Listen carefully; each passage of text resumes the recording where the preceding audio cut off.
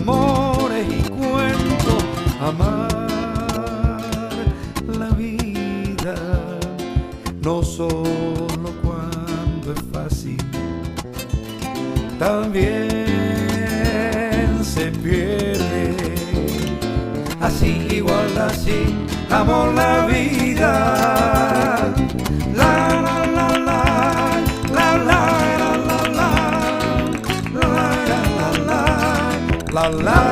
la, la. Bienvenido a los Juegos de la Cultura. Hoy iniciamos el programa con un homenaje a Lito Skolnik, filósofo que dejó marca en los pensadores en Tucumán. Aquí nosotros tenemos en esta oportunidad como invitados a Nicolás Sabadiker y a Santiago Garmendia, que fueron discípulos y son en la actualidad doctores en filosofía. Y muy interesante lo que pueden plantear, su relación con este pensador y el valor que tiene hasta el día de hoy esto que fue sembrando. En la segunda parte del programa, Gabriel Patowski, que es guionista de cine, de televisión, de dramaturgia, y asumió esto con mucha pasión y ya tiene producciones muy importantes en Buenos Aires.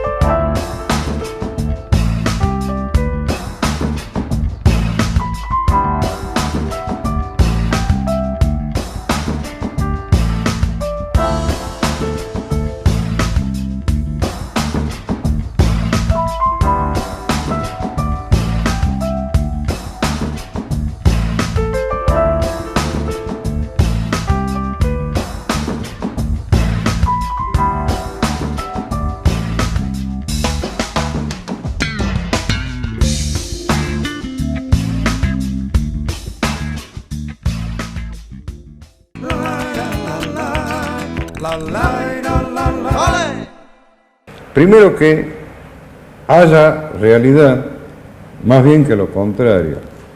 Es del orden de lo absolutamente improbable que se haya producido un cosmos, por ejemplo, sin ir más lejos.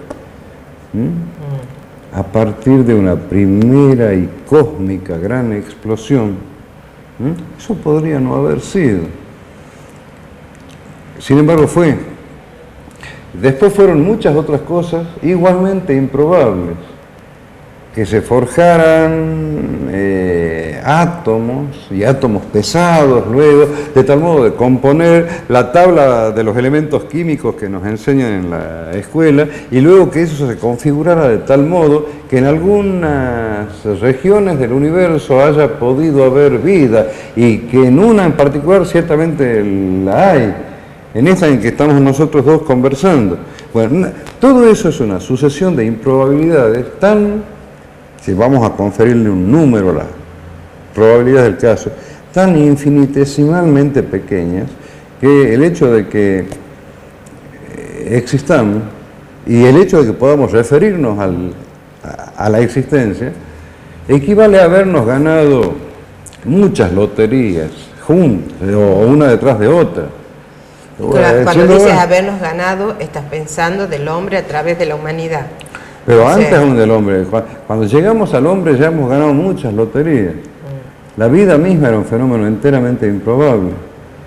La conjunción de circunstancias que hacen posible la emergencia de la vida es muy improbable. El hecho de que se haya dado una vez, tal vez la vida procede, por lo menos la vida que conocemos aquí en la Tierra, de un solo evento, una célula madre, producida tal vez, ¿qué más podemos decir que tal vez? ¿No? Porque no sabemos. Aquello a lo que me refiero está bastante más allá de las fronteras del conocimiento que se posee. Producido y que se puede poseer.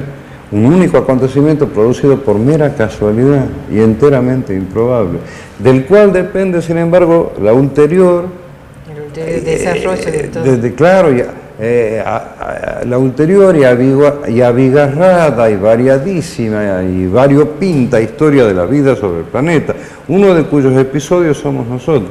Gracias, Nicolás, por estar presente y por ser el afecto y la valoración que tenías de Školník, realmente un filósofo, porque pensaba por su cuenta, y me gustaría que, ya que le estamos haciendo un homenaje, ¿qué dirías de tu propia mirada y de tu herencia respecto a él, en esto que él hablaba de las improbabilidades o las hipótesis poco probables que se den en la realidad y sin embargo se dan? Así, bueno, muchas gracias ante todo, María Blanca, por la invitación. Siempre es un gusto estar en tu programa y más aún para hablar del que considero mi maestro, que es Samuel Školník, ¿no? Justo, bueno, recordemos, se cumplen 10 años, el 17 de septiembre se cumplen 10 años de su fallecimiento. Y bueno, y lo que me gustó de este fragmento de la entrevista que vos misma le hiciste, es que mostraba algunas de las facetas, de las tantas facetas de Školník, que era, por un lado, una gran rigurosidad en el pensamiento, y que se nutría, no solo hacía de la filosofía un fin en sí mismo, cosa que no, como debería ser, no es un fin en sí mismo, sino un medio, ¿no? Y en ese caso, en este fragmento que vos mostraste, Lito incorpora mucho de la ciencia y reflexiona filosóficamente a partir de aquello, de aquella información que viene de diversas ciencias, en realidad, ¿no? Porque por un lado habla de biología, por otro lado de cosmología, etcétera, mostrando justamente que haber llegado siquiera hasta aquí, digamos, haber llegado al ser humano, haber llegado, por ejemplo, a la entrevista que estamos ahora teniendo, hay que haber ganado varias loterías, porque era muy improbable el surgimiento del universo, el surgimiento, bueno, hay muchas cosas en el medio, pero el surgimiento de la vida consciente, hasta finalmente llegar a la vida humana en particular. Es decir, por eso se habla de muchas loterías, ¿no? Y por eso es muy improbable, o si hubiera vida, por ejemplo, en otros planetas, no es que hay masivamente vida en el universo, más bien la vida es una gran excepción, y acaso, como sugiere Lito, acaso la única excepción, acaso no se dio en ningún otro lado, ¿no? Bueno, esto ilustra un poco el alcance, digamos, por decir así, cósmico del pensamiento de Lito, que podía pensar sobre lo que veía en la calle tucumana y cómo se comportaba, qué sé yo, el panadero, o cosas muy pequeñas, y podía pensar desde el inicio de la vida. En fin, tenía una gran amplitud de ideas y básicamente tenía una curiosidad inagotable, ¿no? Y una gran fuente de hipótesis sobre cómo funcionan las cosas, ¿no? Recuerdo un artículo, ya que traje esto de andar con los pies en la filosofía, ¿no? De pensar con los pies en la tierra, de su propia experiencia de andar en bicicleta, y lo que él filosofaba a partir de esa experiencia. Salió un artículo en la Gaceta, y cuán interesante que resultaba cualquier cosa que él le pusiera la vista y el pensamiento. En tu caso en particular, ¿cómo fue esa primera atracción hacia el pensamiento de él? Bueno, la tengo bastante presente porque, como fue mi profesor, primero que nada, si bien yo venía escuchando por el lado de mi hermana, que también cursaba antes que yo la carrera de filosofía, y otras personas ya venían hablando, ¿no?, acá de Školník. Bueno, sí fui con curiosidad a sus clases. Él dictaba ética, que es la materia que estoy a cargo yo en este momento. Está en segundo año de la carrera, yo la cursé en el año 96. Y bueno, efectivamente, de hecho, mira, ¿cómo será que me impactó que yo me dediqué a la ética finalmente, ¿no? Y esa fue la primera materia que cursé con él y que seguí cursando. Una vez ya aprobada, seguí yendo a sus clases y escuchándolo, porque siempre tenía alguna cosa súper interesante para agregar, lo que fuere, y eso me motivó a seguir yendo. Y además nunca me fui de su clase, ¿no? Al punto de que ahora estoy ahí todavía, aunque no esté él, digamos. Yo estoy tratando vanamente de cumplir un rol similar al que cumplía. Casi un amor a primera vista, entonces. Y sí, aparte de eso, que duraderos, digamos. porque bueno, a veces el amor va y viene, ¿no?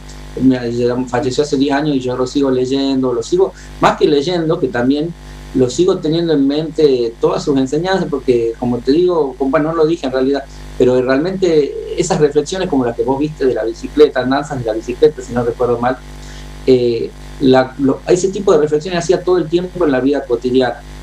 No era que decir, bueno, ahora me siento y escribo, ¿no? Él realmente podía reflexionar sobre algo muy circunstancial de la conversación, circunstancial de café o por reunirnos por el proyecto de investigación o por alguna cosa de la materia. Y entonces, bueno, dejó tantas enseñanzas y en mi memoria han quedado tan grabadas que te diría que no hay día que no acude alguna cosita a mí sin tener del todo la plena conciencia que era de Skolnick. O sea, como decir, es una voz ya que suena en mi cabeza, y uno tiene que reconstruir, esto me lo ha dicho Lito. Por ejemplo, me enseñó cosas muy al pasar sobre la electricidad, por decirte, ¿no? Él sabía, era muy culto, y no solo eso, sino que conceptualizaba todo, entonces, espontáneamente, y entonces cualquier pequeña cosita que él sabía, le daba todo un cariz conceptual, que lo sacaba, digamos, lo volvía a poner en un lugar de extrañeza, ¿no? Por ejemplo, obviamente la electricidad es algo muy extraño, ¿no? Pero estamos tan acostumbrados que nadie piensa en eso. Pero él, al agregar un pequeño... ¿Qué cosas recuerdas de ese concepto o observaciones que él hiciera? Es que realmente era una pequeña, y por ahí no vale la pena reproducirlo cuando tiene tantas otras enseñanzas más profundas. A lo que voy era que en la cotidianidad, yo haciendo, qué sé yo, cuando desenchufo algo, tengo presente, claro, como decir que la electricidad sigue pasando, y en fin, una pequeñez, ¿no? Me acuerdo, por ejemplo, también, pero eso ya en clase, ¿no? Con el concepto de probabilidad, que uno lo asume, bueno, no es probable que esto, es improbable que tal otra cosa. Bueno, alguna vez se ha puesto a explicar en clase, ¿no? El concepto de probabilidad en términos muy ilustrativos, por ejemplo, si no recuerdo mal, algo así de la probabilidad de poder matar a una mosca con una pistola, ¿no? Por ejemplo. O sea, como decir, que lo que es muy probable para el ser humano, en un ser que uno diría mucho más débil, digamos, mucho más frágil, era muy improbable, y en fin, alguna comparación así. Claro, no recuerdo de todo el contexto, pero son pequeñeces, digamos, donde simplemente nosotros ponemos palabras y él volvía a ponerle pensamiento cada vez que aparecían cosas como esa, ¿no? Pero es interesante el ejemplo que traes, porque esa línea de pensamiento que nosotros podemos observar en la entrevista, que piensa en la probabilidad de la existencia del universo, la probabilidad de la existencia de la vida, la probabilidad de la existencia del hombre, aparece en el último extremo otro ejemplo que parece pequeño, pero que está encadenado a toda su línea de pensamiento. Entonces, claro, muy bueno el ejemplo que traes. Si tuvieras que destacar en la línea de su pensamiento, ¿con qué pensamientos, es muy amplio, con qué pensamientos te quedaros? Para que señales alguno, obviamente. Una idea que me llamó mucho la atención es la vinculación que hace Skolnick, que es muy original entre lo real y lo posible. Él básicamente sostiene que lo real es parte de lo posible, y que para comprender lo real hace falta comprender o atisbar lo posible. Es decir, que una cosa no se entiende por sí misma, sino por todas las otras posibilidades no realizadas de esa misma cosa, ¿no? Un ejemplo que daba muy pedestre, digamos, de esa idea es cómo digamos, una pelota, por ejemplo, nos pongo en contexto de un partido de fútbol, una pelota que pega en el palo suscita una expresión, digamos, del público, algo así como así de agarrarse la cabeza, ¿no? Y la pelota que pega en el palo es tan no gol como la pelota que pasa a 5 metros del arco, y sin embargo era como un casi gol, ¿no? El que algo sea casi es una forma de lo posible, ¿no? Una de las tantas, por supuesto, no la única. Entonces él llamaba la atención de que en el presente neutro de las cosas, digamos, nosotros, los seres humanos particularmente, y en general los seres conscientes, pero particularmente los humanos, captamos mucho más que ese presente, y todo eso lo rellenamos, digamos así, con la mente, el pasado, el futuro, o sea, aquello que podría haber pasado y no pasó, a dónde se dirige eso que está ocurriendo, es decir, la dimensión del futuro. Estamos hablando siempre del futuro como una representación que aparece en el presente, ¿no? o explicar una acción social, por qué una persona va a tal lado en función de las costumbres propias de su pasado o propias del pasado colectivo, o bien de los fines que se trazó. De modo que el presente lo rellenamos constantemente y eso es una actitud cognitivamente adecuada, digamos, porque no podemos entender lo real si nos atenemos solamente a la observación, que es la facultad, digamos, que nos permite, digamos, vislumbrar el presente, ¿no? Cuando dices real, ¿a qué estás haciendo referencia? Claro, en ese contexto usa real en un sentido bastante limitado, que es digamos, el presente, por ejemplo, el hecho de que yo, por ejemplo, estoy viendo ahora a vos, ¿no? Y sin embargo estamos hablando de otras cosas que no están acá presentes, como por ejemplo el propio Skolnick, y lo traemos a colación, ¿no? Todo eso lo hacemos a través de una representación mental, en este caso del pasado, ¿verdad? Del pasado que entra como un recuerdo, ¿no? Y supongamos que yo dijera, bueno, ojalá que siga siendo más leído Skolnick, entonces estoy utilizando una dimensión vinculada al futuro. Eso hacemos de modo que lo real se refiere a lo que está presente a la percepción actual, ¿no? Mientras que la imaginación es la capacidad de captar todo aquello que no está presente, pero que es fundamental para interpretar este presente y para guiarlo incluso en alguna dirección, ¿no? Por ejemplo, la cámara que me está filmando registra solo el presente, no registra quién soy yo, de dónde vengo, hacia dónde voy, no registra conceptos abstractos, registra solo imágenes. Y sin embargo todo eso está presente en nuestra charla, porque nosotros a través de la imaginación, a través digamos, de distintas facultades humanas, lo traemos a colación. ¿Me entendés? Todo lo que dices despierta muchísimo el deseo de seguir leyéndolo, Skolnick, que este es el valor que tiene. ¿A dónde se puede acceder a sus libros, a sus transmisiones? Bueno, él publicó 4 libros, justo, mira, no sé si tengo tiempo, pero tengo todo más o menos a mano. Este es un libro que publiqué con mi hermana y muchos colaboradores, donde hay escritos de Skolnick seleccionados y sobre Skolnick, se llama El legado filosófico de Samuel Skolnick. Sí. Después tiene 4 libros, él no sé si habrá tiempo quizá de mostrarlos, pero son algunas claves. Sí, perfecto. Este es su primer libro, algunas claves. La verdad que está agotado, pero en fin, hay una página que se llama en Facebook, que creé yo junto con un alumno de ese momento que se llama Samuel Skolnick, y donde difundimos su obra y aparecen muchas de estas frases. Después está su tesis doctoral, Tiempo y Sociedad, que de este queda muy poco, pero hay ejemplares, por ejemplo, en la librería de la Facultad de Filosofía y Letras, librería Humanitas. Después tiene esta novela bastante filosófica, que creo que la presentó en tu programa, que se llama Salva Nuestras Almas. Y bueno, y finalmente en 2009, un año antes de fallecer, publicó Parque del 51, que es un libro de relatos y digamos, de relatos de ficción y de ensayos muy buenos por otro lado. Ese libro también está, se lo puede, seguramente en más lados, pero está en la Facultad de Filosofía y Letras, en las 2 librerías, digamos, de la Facultad de Filosofía y Letras. Bueno, te agradezco.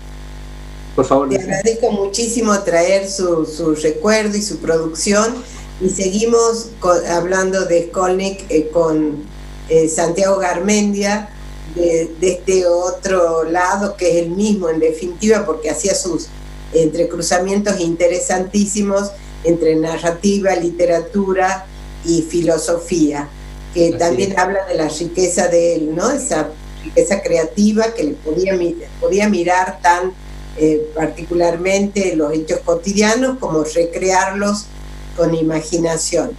Así que muchísimas gracias. Muchas gracias a vos, muchísimas gracias. Gracias, Santiago, por estar en este homenaje a Lito Skolnick. Siempre un placer poder pensar, y en este caso poder pensar en enunciados de él o en creaciones de él. Muchas gracias a vos por la invitación, la verdad que un gusto hablar con vos y bueno, recordarlo a Lito y bueno, escucharlo a Nicolás, ha sido muy lindo. ¿Cómo fue tu relación y tu conocimiento de él? ¿Cómo era Lito? Bueno, Lito era famoso, ¿sí?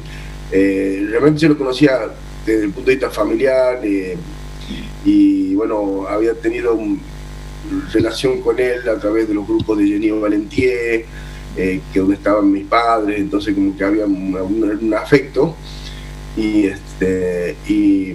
digamos, para mí era Lito, y después cuando estuve en la facultad y cuando tuve el de profesor lo tuve en 2 materias, realmente ahí, bueno, comprendí mucho más lo que decía Nicolás, ¿no? Que tenía la capacidad que tenía Lito para expresar y para fascinar, ¿no? Porque era una persona encantadora y tenía, bueno, tenía muchísimas matices. Entonces a mí me llamaba mucho siempre la atención que cada uno tenía, bueno, su Lito, como suele pasar siempre, pero además él los cultivaba a todos, ¿sí? Tenía una coherencia, por supuesto, pero tenía muchísima capacidad para, como de cierta empatía intelectual. Incluso cuando él daba las clases, me acuerdo que, por ejemplo, cuando daba clases de Kant, entonces alguien le preguntaba, pero profesor, ¿por qué tal cosa? Entonces decía, bueno, fíjese,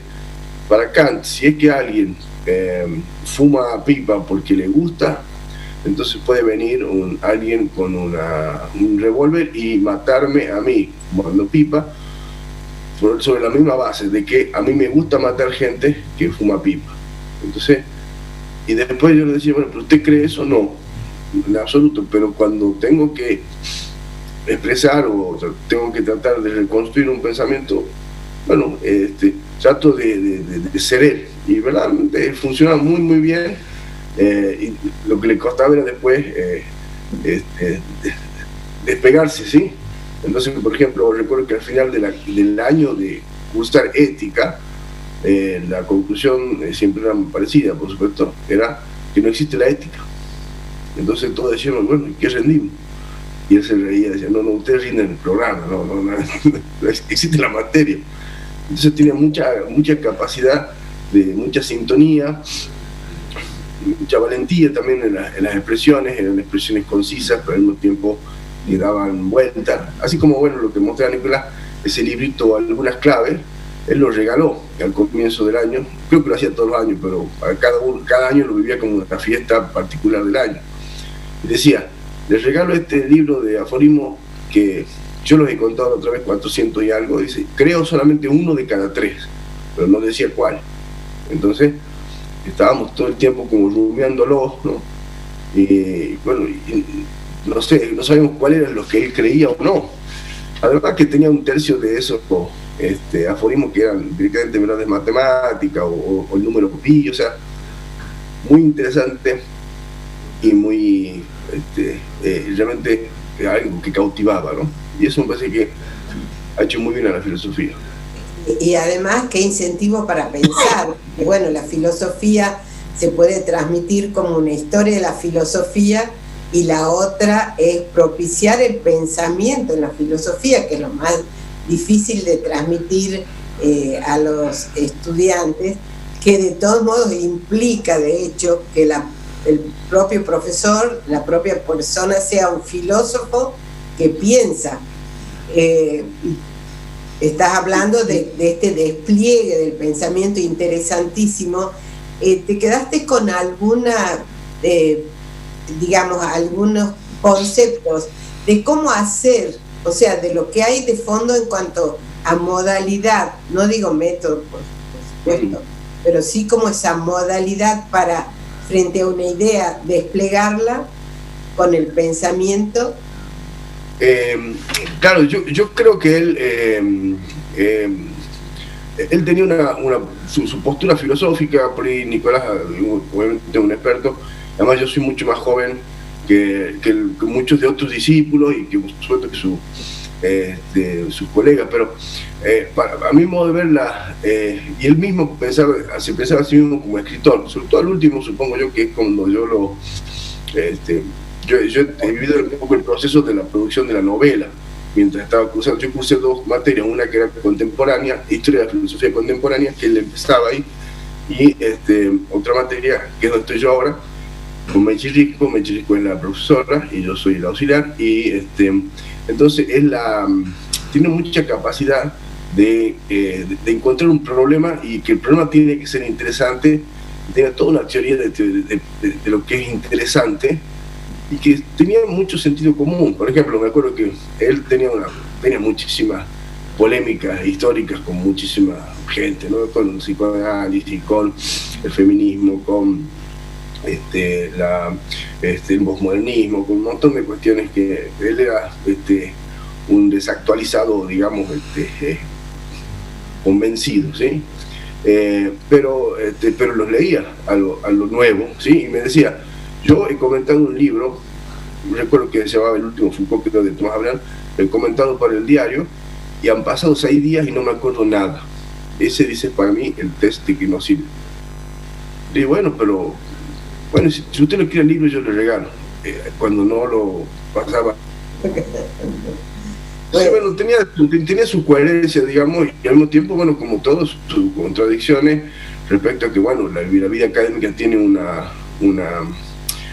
unos rieles que por ahí son difíciles, entonces él los caminaba a esos rieles con dificultades, ha sido echado, ha tenido, bueno, ha cumplido con las metas, digamos, académicas, pero al mismo tiempo tenía, me parece, la idea de que la filosofía llegaba de otra manera también, ¿sí? Y esa manera sobre todo tiene que ver con el estilo. Para mí el estilo, la ironía, ¿sí? La idea polemista esa que tenía él, que era muy decimonónica, también esta cosa de polemizar y de estar siempre discutiendo con otro y yendo contra el sentido común, desde un sentido común de la quizás de la razón, de la modernidad y de la gente común, ¿sí? Entonces me parece que él ha cumplido un rol muy importante en eso y bueno, ¿quién no se acuerda de él con una sonrisa? Y creo que eso es una gran cosa, ¿no? Es muy valioso lo que dices, porque también señala su creatividad y esto que dice él del estilo, que tendría que ver con el arte, ¿no? En el sentido de hacer filosofía con arte sería, y dejar su propia impronta, que su decir tenga su grafía, que es esa particularidad tan subjetiva, ¿no?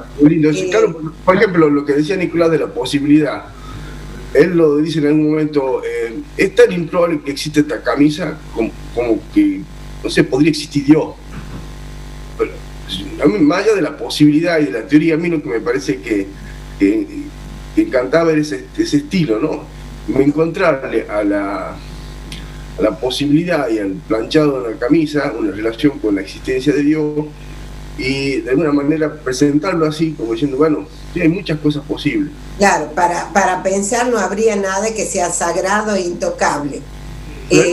Con un sello estético por ejemplo, él hablaba, en vez de decir de una marca, decía la bebida de cola y el alimento de Hamburgo.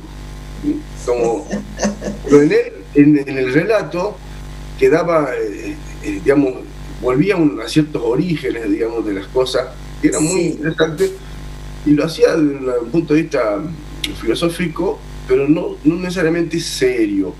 O sea, si bien era serio, por ahí lo más serio era ser cómico, o por lo menos mordaz, ¿no? Tenía una cosa muy interesante, que eso por supuesto generaba sus inconvenientes, ¿sí? Pero bueno, me acuerdo que en la reunión decía, por ejemplo, hablaba de las reformas pedagógicas, decía, bueno, sí, dice, son invencibles. Decía cosas como muy fuertes respecto a la cuestión de cómo se imponían los cambios, que a veces nosotros queríamos resistirnos, y él decía, son invencibles, hay que hacerlo. Me pareció muy interesante, y siempre hay un polémico y muy inteligente. Lamentablemente hemos llegado al final de tu participación, pero dos cosas. Algo sobre la literatura de él, y la otra es que me llamó la atención, me gustó muchísimo un texto que hiciste en un diálogo ficcional con él, y si pudieras decirlo en 2 palabras y pidiéndote perdón por el poco tiempo para decirlo. No, yo siempre soy larguero. Bueno, yo creo que el estilo de él también tenía una cosa a la vez sutil y despojada, que hacía, que está presente en mucha gente que yo creo que está escribiendo, y que además esta cuestión de la ciencia vista como algo más que ciencia, ¿sí? Sino como una forma de vida. Hay como una idea un ideal de conocimiento, una sociedad de curiosos, ¿sí? Entonces, con todos esos ademanes que tenía además él, ¿sí? Y bueno, sí, como que en la época esta de la pandemia yo traté de construir un personaje que sería el ácrata, que sería él, ¿no? El ácrata un poco en esta idea de que alguien que tiene que como él decía, algo como que una especie de anarquía, pero no política, no sé qué sería eso, pero era hasta era antianárquico, ¿sí? Entonces, bueno, ante las medidas estas del barbijo y todo, yo estoy seguro que, yo me acuerdo que cuando empezó la prohibición de fumar, él estaba totalmente enfurecido, ¿sí? No le hubiese hecho mal, pero bueno, él lo que decía era que ahora resulta que importa más la salud, ¿no? Entonces esa ironía es la que yo traté digamos, de traer en una especie de diálogo con el ácrata, que sería una especie de ente inteligible, ¿sí? Que, bueno, tiene estas cuestiones diciendo: yo no vivo tu tiempo y no me gustaría vivir mi tiempo, déjame a mí como estoy con mi pipa, digamos, ¿sí? Entonces, de alguna manera, él mostraba que la salud también era un valor, ¿sí? Y que se podía o no estar, que había lugar para planteo, ¿sí? Entonces, en ese sentido me pareció interesante, y siempre es interesante para mí traerlo a colación. Sí, creo que lo tengo presente, no sé si cuando enchufa algo, pero sí que él como que siempre bajaba a tierra las cosas, pero no que la bajaba a tierra de una manera lisa y llana, sino que la bajaba con mucha belleza, con la sutileza, la ironía, ¿sí? Y eso me parece que ese tinte socrático me parece que es la impronta que ha quedado más fuerte de él, ¿no? Los pasillos, él se sentaba y, ¿sí? Tenía un montón de gente a la vuelta, y muchas veces lo que decía eran cosas totalmente pesimistas que nadie quisiera escuchar, pero la gente lo escuchaba porque él era, como digo, encantador. Era un serpiente también, ¿no? Pero quizás somos serpientes, pero era un gran seductor. Entonces, como que en los congresos, en todos lados, él iba y íbamos todos escuchando, y iba diciendo pestes de la raza humana, de todo, y escucharlo, o sea, como que había una tensión ahí de forma y contenido que era muy, muy seductor. Bueno, te agradezco muchísimo, porque estas palabras lo redondeaban muy bien, toda su libertad que tenía para pensar, su atrevimiento, porque hay que atreverse para romper con lo que está dado y poder ir más allá. Entonces, muchas gracias, Santiago, y ya seguiremos.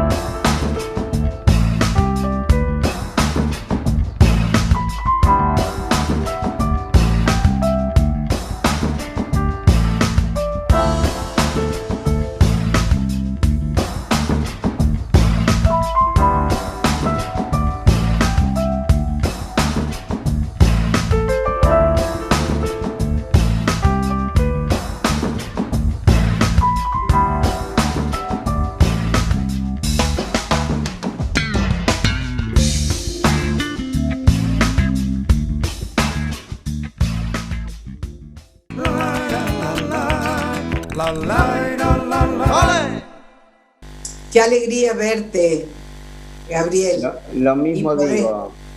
El poder hacer esta entrevista, este reencuentro, aunque estamos en contacto, siempre me asombra a dónde te ha llevado tu propio deseo y tu pasión. Vos fuiste testigo. Vos fuiste testigo del inicio. De todo. Tu inicio y todo lo que te costó hacer lo que hoy vamos a contar, que vienes haciendo y viviendo esto que te apasiona, que es lo importante, ¿no?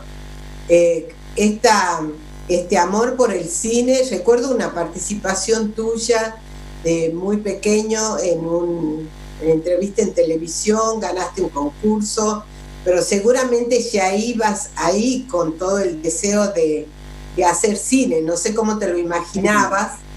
Y bueno, era difícil. Bueno, de más está contado, quizás la gente no sabe, nosotros nos conocemos hace muchos años. Es increíble que los años pasen tan rápido. Yo era viajante de comercio en esa época, no sé si te acordás. Era como... El destino era abogado y viajante de comercio. Claro, decí que estudiabas abogacía y que lo estudiabas claro. seriamente. Lo de viajante por marca familiar. Claro, y bueno, nada, el cine me gustó siempre. De hecho, uno de los viajes a Buenos Aires, entré en la ENERC, que era un edificio enorme, y yo dije, yo voy a estudiar acá. Y eso fue 7 años después que me decidí a pegar el salto. Antes de eso pasó todo lo que vivimos juntos, que empezamos, ¿te acordás? Hubo un concurso de teatro semimontado, donde nos conocimos casi todos los que después armamos dramaturgos asociados de Tucumán, y sembramos este vínculo tan fuerte, porque durante 5 años, todos los sábados religiosamente nos juntábamos a escribir, a debatir nuestras obras y a armar un grupo realmente entrañable con cosas importantes, como 4 premios provinciales que se hicieron, que fue el Canal Feijó, y otras, y bueno, Arte en Voz, que fue un espectáculo hermoso. ¿Te acordás de esos monólogos en la Casa Monólogos Rouget? En la Casa Rouget, y donde había la intervención de artistas plásticos también. Y bueno, y la verdad que el cine estaba ahí. Estaba tanto que me sabía los Oscars de memoria y decidí anotarme un programa de preguntas y respuestas que había acá en Capital que se llamaba Tiempo de Siembra. ¿Cómo era que te sabías de los Oscars de memoria? Bueno, preguntarle a todos mis compañeros de la secundaria cómo les rompía todos los días de marzo que eran los Oscars. Bueno, era mi pasión. Investigaba sobre eso, tenía buena memoria en esa época, ahora ya te empezó a fallar, pero nada, sabía todo, ¿viste? Me preguntaban, ¿y quiénes fueron los nominados en tal? Bueno, y era como un IMDb viviente. Nada, en esa época no existía la computadora encima, la internet. Ganaste el primer premio. Gané hasta que terminó el programa, fui el último participante del programa, gané 5 de las 9 monedas, pero fui invicto, o sea, no perdí. Pero bueno, y nada, con eso también después empecé a hacer las críticas de cine en el programa de la Silvia Rolandi en Radio Universidad.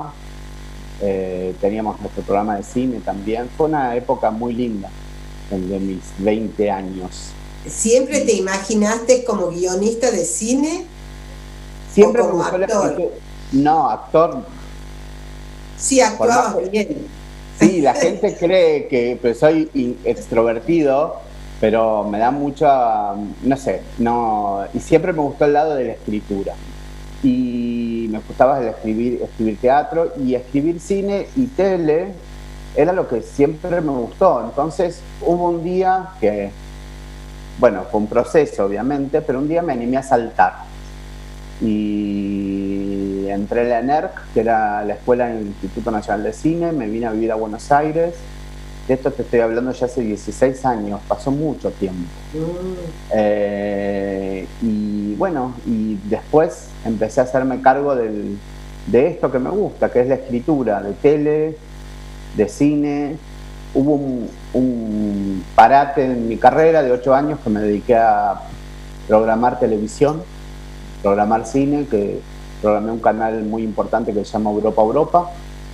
Y después retomé la pasión de la escritura y ya hace 6 años que estoy escribiendo sin parar para afuera, para un montón de lados y viviendo bien de mi profesión.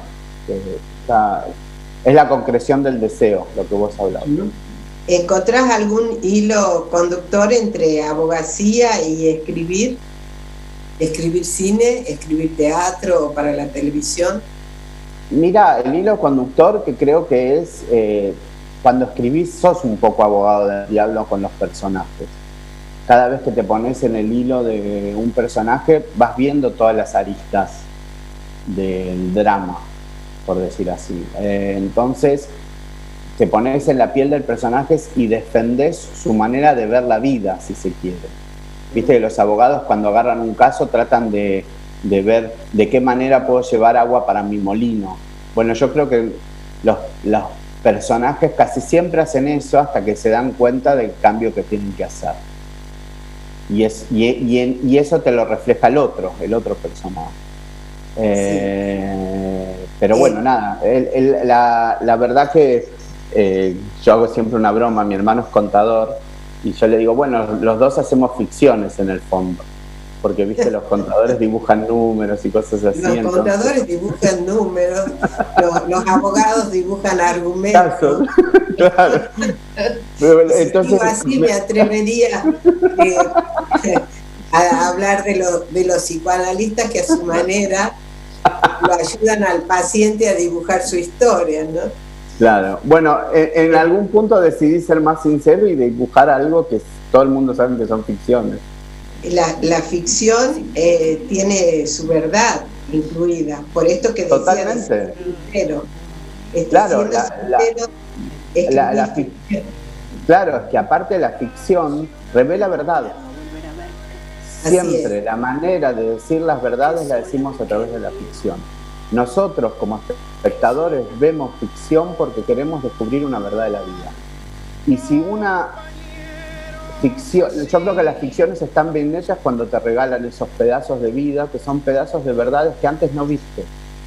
Porque no querías ver, porque vos querías ver cómo ese personaje lidia de alguna manera, cómo se transforma. Porque la verdad que todos ansiamos transformarnos. Y los relatos son eso, son transformaciones. Antes de entrar en lo que has hecho, porque realmente es de mucha magnitud y no quiero dejar de mostrarlo, como la película, podríamos ir por cada rubro. Bueno. La película que escribiste. Bueno, la peli fue la verdad, un deleite. Empezamos a escribirlo con mi socia, que se llama Verónica Ibusic. Vero Ibusic. Y la verdad que empezamos a hacer como un ejercicio. Y nada, es el humor judío, que vos sabés que a mí me tira mucho. Y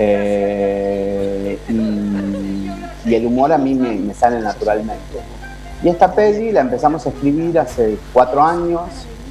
Hace 3 años se la presentamos a un productor, el productor le gustó el guión, empezaron a buscar después actrices y tal, y el noviembre del 2018 se grabó. Se llama El día que me muera, mi gran velorio, es con Betiana Blum, Roberto Carnaghi, Alan Sabag, Alejandra Fleischner. Bueno, nada, dio la casualidad que se estrenó en una fecha donde había mucho tanque norteamericano, empezaba Toy Story, qué sé yo, y no tuvo muchas salas. Pero bueno, está haciendo su circuito. De hecho, el 10 de septiembre se estrenó en Uruguay. Se estrenó en un festival judío en Miami. Bueno, hace su circuito y lo bueno es que cada vez que fui a las salas veo que la gente se ríe mucho y es el mejor regalo cuando escuchás las risas del público. Bueno, quédate ahí como espectador. Quiero preguntarte qué sentiste como guionista y espectador al mismo tiempo. En ese lugar, además con actores importantes de la Argentina, está muy bien hecha. Ver una película de mucho nivel hecha por vos mismo. Cuando aparecen los personajes ahí, ¿qué sentiste? Bueno, primero la vi varias veces, entonces lo primero que siento siempre, la primera es, ¿por qué hicieron esto? No, ¿por qué? No estaba así en el guión. Digamos, no puedo salir de esta cuestión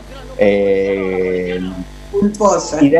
Claro, y después te relajás y empezás a disfrutarla. Y cuando escuchás la risa del público, a mí me gusta hacer reír. Vos sabés que yo soy medio chistín y qué sé yo.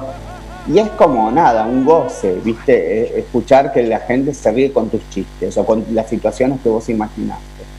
Y a mí me gusta eso, digamos, cuando salís del público, la peli no es Bergman, o sea, no te va a traer un tratado de cómo y salís reflexionando, no, es un divertimento, es casi como un sainete, si se quiere. Está armada con toda una estética del grotesco. Entonces, es eso, y la gente se ríe mucho. Y obviamente después siempre está estas cuestiones como, ay, a mí me pasó lo mismo que al personaje, en alguna u otra cosa se ven identificados. Pero bueno, nada, la verdad que eso fue lindo. No es sencillo hacer reír, o sea que hacerlo a muy buen nivel, tener todo ese logro. Bueno, te aplaudo yo desde aquí por lo logrado. Gracias. Porque no es el chiste rápido y que pasa. No, claro. Es una estructura. Claro. Y además con todo el efecto, porque está la creación del director, la creación de los actores, la creación del director de arte, mucho en juego. Si pensáramos en la diferencia entre televisión, que hiciste en televisión y en cine, ¿qué diferencia encuentras en escribir guiones? Y nos podés contar cuáles fueron. Bueno, en tele hice un montón de cosas, pero claro, en tele es como más fábrica de chorizo, se le dice. O sea, mucho no estás presente en el set, no, y a veces es hasta casi más impersonal en la televisión. Depende cada producción cuánto valor le dan a la voz del guionista. Y eso no tiene que ver tiene más que ver con las productoras que con el proceso en sí de la televisión. Empecé laburando en el 2006 como dialoguista en Chiquititas, ese fue mi primer trabajo. Después, muy conocida para todos los que tenemos niños, seguro que la vimos.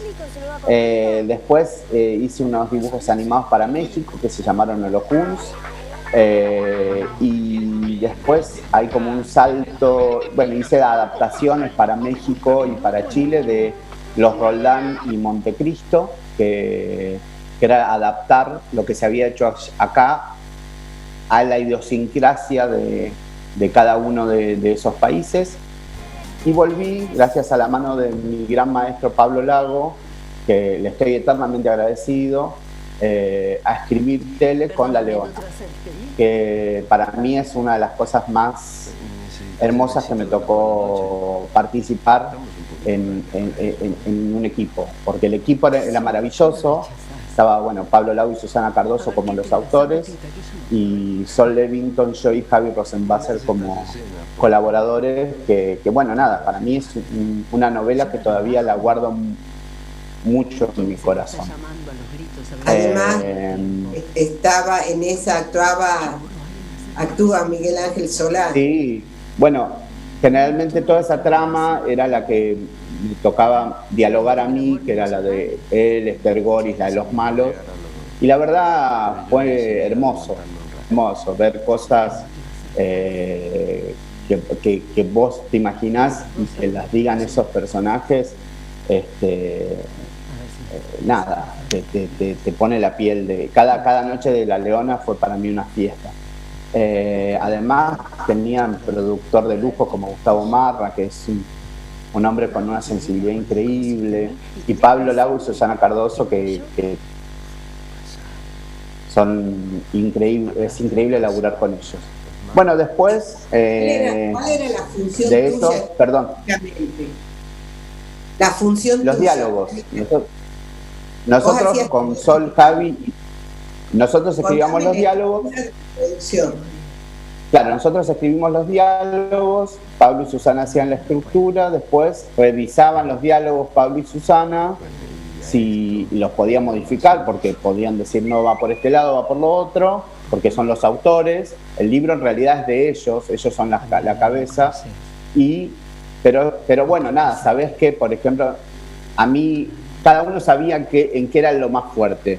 Yo era mucho más fuerte en los monólogos, entonces cuando había choclos y monólogos, como venían quizás del teatro, no sé, salía bien. Y a veces ver las palabras que vos te imaginás en la soledad de la escritura y verlos dicho por los actores y tal, nada, te emociona, ¿no?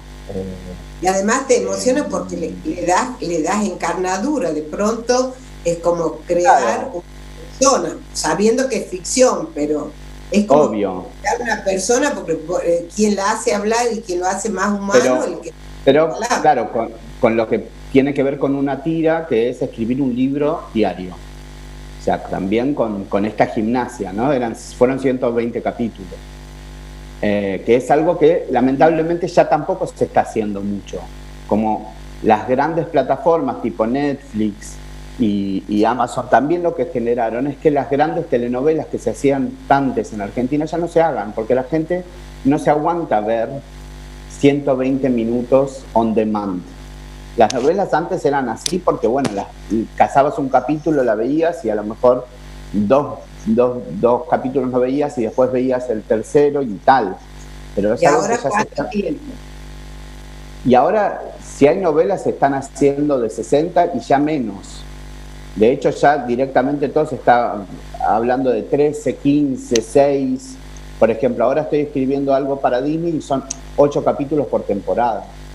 También me llamaron para hacer un show de títeres que se llama Opa Opa Dupa, que es una idea de Fernando Senensato y de Nachi O'Kids, y la verdad que eso también fue una cosa maravillosa, un show que sigue estando en Disney Junior y ahora en septiembre se graba la segunda temporada. Lo que te pasa con la escritura diaria es que como escribís tanto por día, es como que no te da resto para... Me encantaría, ¿viste? Yo digo, tengo tantas historias como que quiero hacer y llega un momento donde ya no te da la cabeza, porque además no es solo esto, sino que también con mi socia generamos nuevos contenidos y esto nos abre puertas afuera. Proyectos, por ejemplo, el año pasado presentamos un proyecto en Valencia y ganamos el primer premio. Presentamos un proyecto en México y salimos mención. Entonces, hoy por hoy hay muchos proyectos de televisión que están ahí dando vueltas y que son generados por los autores. Para finalizar, ¿te sorprende algo que digas que tuvo carácter de hallazgo para vos en ese proceso de escritura? Lo que me sorprende es que día a día, nada, como que se va haciendo una bola y que cada vez haya más. Primero que haya más trabajo, que tu trabajo sea reconocido, que sea un crecimiento, eso. Y sí, a veces te sorprenden algunos mensajes de gente que ve lo que escribís y que le gustó y te buscan o te dicen tal cosa. Esas cosas son como pequeñas caricias al alma, ¿no? Porque uno termina también haciéndolo para que modifique algo en el otro. Ya sea para adultos o lo que me pasa con Opa Opa Dupa. Si los chicos se divierten y les encanta lo que haces, está buenísimo. Si se divierte con un chiste, digo, es como que es eso, digamos, no, quizás es una aspiración muy chiquita y muy simple, pero nada, creo que la vida está hecha de esas simplezas. No es chiquita, es grande y es lo que nos hace humanos. Esta necesidad y esta posibilidad de conexión con los otros. Sí, como demostración de que el tiempo ha sido corto, quedó una cuestión que se merecería otra entrevista y que es ya te pusieron la vacuna contra el COVID. Sí, fui voluntario, pero bueno, nada, hay que esperar. Ojalá que sea pronto, Blanca, que termine esta pesadilla, ¿no? Para todos. Ya tendremos oportunidad de hablar ese tema. Bueno, un abrazo grande. Gracias a vos por este espacio, por el reencuentro. La verdad que siempre es un placer hablar con vos y el agradecido soy yo porque nada, vos sabés que te adoro.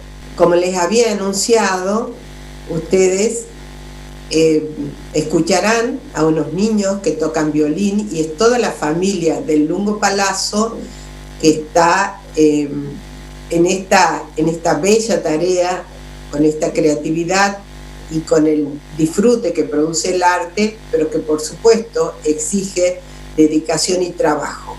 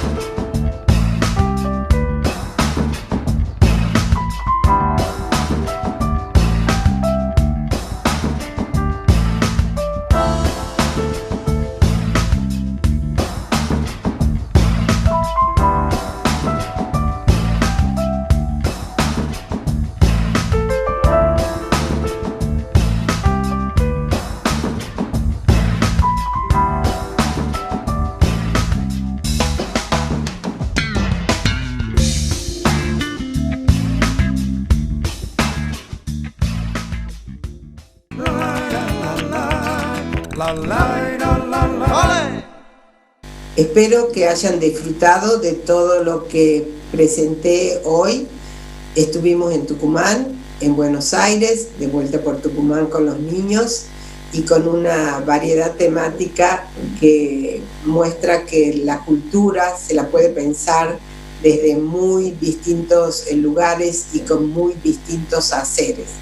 Y que todos, si buscamos los hilos conductores, vamos a ir encontrándolo, que hay en este caso en particular, entre la filosofía, el arte de escribir para la televisión, el cine o el teatro y la ejecución musical. Los dejo hasta la próxima y muchísimas gracias. Amo la vida que me impone el tiempo, familia divina de amores y cuentos. Amar la vida no solo cuando es fácil, también se pierde. Así, igual así, amo la vida.